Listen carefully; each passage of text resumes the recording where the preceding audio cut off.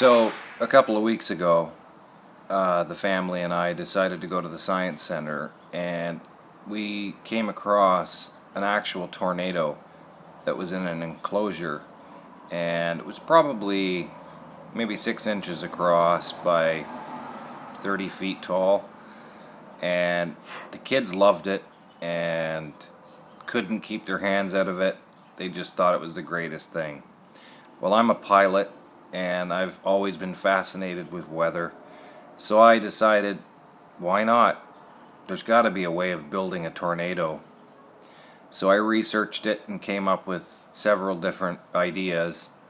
Joe Paz off YouTube was a bit of a help. I kind of followed his lead, but then made some major modifications to the design. So basically what we have is we need a method of creating some sort of fog, as well as a fan and an enclosure. The enclosure needs to be not airtight, it needs to have venting. The fan at the top creates a negative pressure in the cabinet, pulling air in through four corners to create the rotation of the tornado, which is always counterclockwise in the northern hemisphere. Southern hemisphere, it rotates the opposite direction, same as your toilet flush. Anyways, I'll try to keep it brief. It's a cabinet from IKEA that I modified. I took the plastic corners out that held it all nice and straight, and I kind of beveled or stretched the glass outwards to create those gaps so that I could get enough air. I have two pond bubblers or misters that I purchased from a pond supply store. So this is starting at the bottom.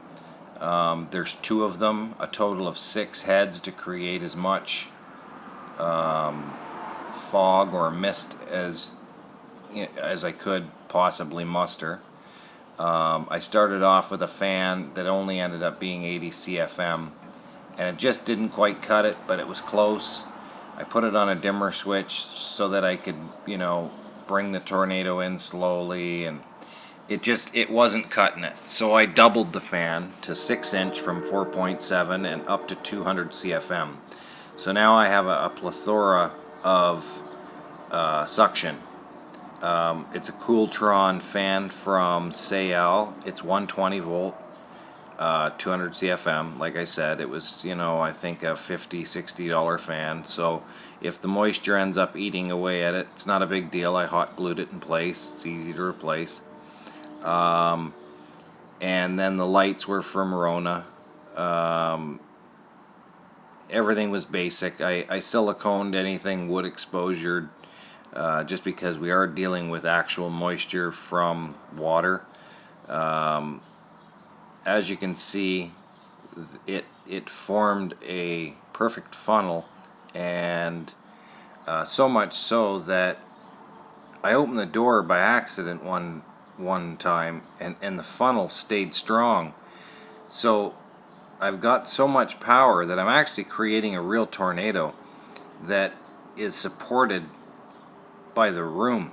The door doesn't even have to be on, and it will sustain itself. And you see that dark spot. The anatomy of a tornado is it's an extreme low pressure. So a tornado is in itself an extreme low pressure. So the air pressure around it could be 2.9, and the tornado could be substantially lower, like 19.20.